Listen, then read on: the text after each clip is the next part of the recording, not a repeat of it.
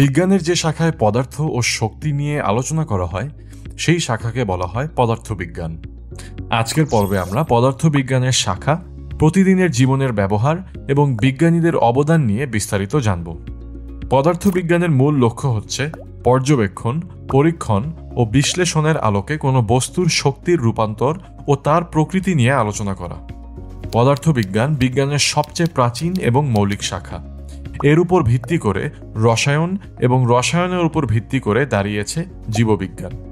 আমাদের চারপাশে দৃশ্যমান চেয়ার, টেবিল, বই, খাতা, কলম কেবল পদার্থ নয়, প্রতিটি বস্তুর অণুপরমাণু থেকে শুরু করে ইলেকট্রন, প্রোটন, নিউট্রন, কোয়ার্ক বা স্ট্রিং নিয়ে পদার্থ তৈরি হতে পারে।